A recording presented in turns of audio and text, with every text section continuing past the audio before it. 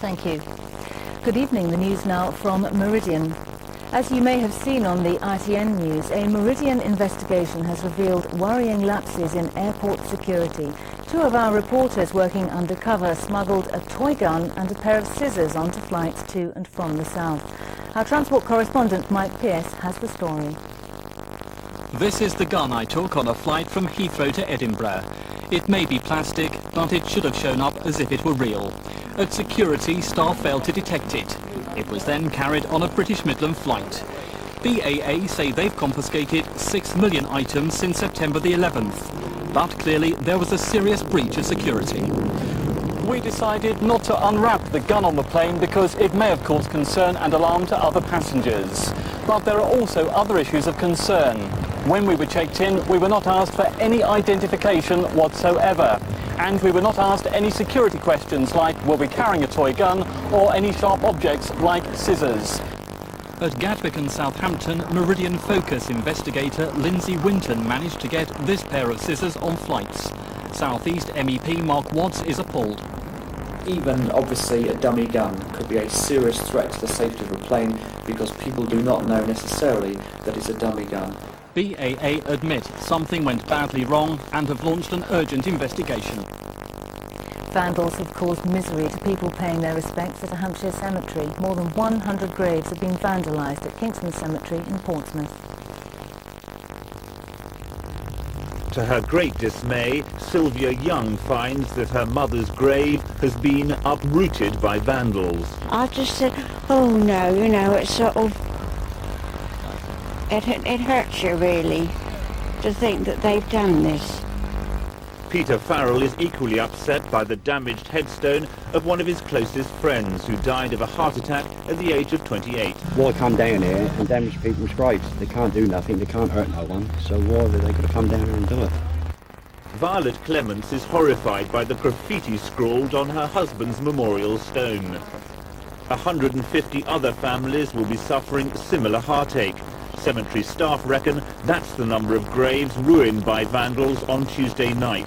It's the second incident here within a few months. It's believed that a group of teenagers may be responsible. Realistically, the only solution is to catch whoever it is who's actually doing this at the moment. I appeal to the public to come forward and let us know who it is. While the damage may be reparable, the hurt will take longer to heal. James Trollope in Portsmouth for Meridian News.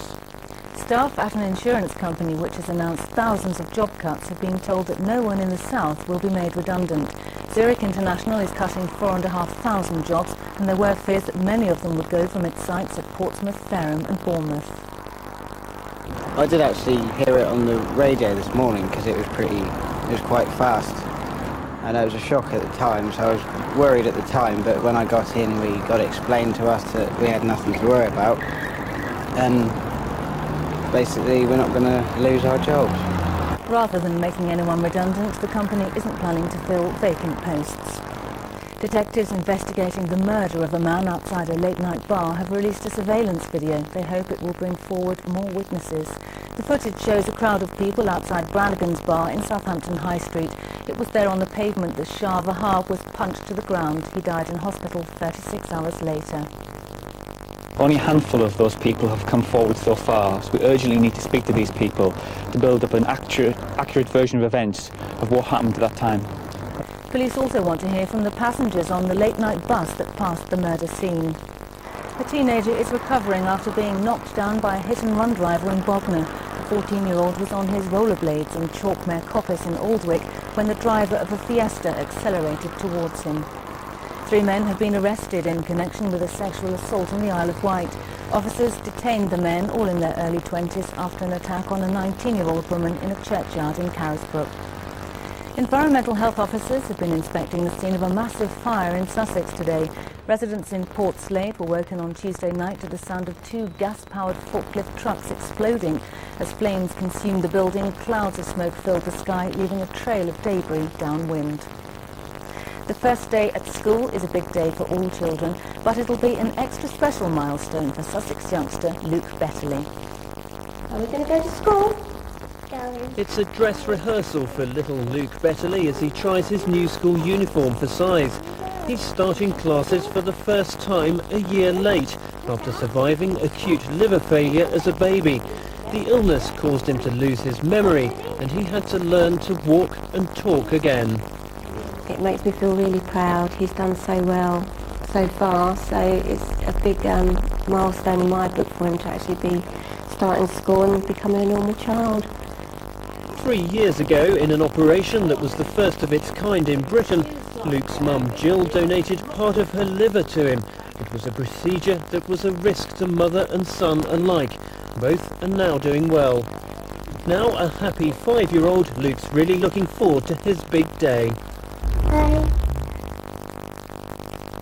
We wish him all the very best, and it's goodbye from all of us on the Meridian Late News team. We're back in the morning at 6:40, but in the meantime, it's good night from all of us here, and back to the ITV News at 10 and Mark Austin.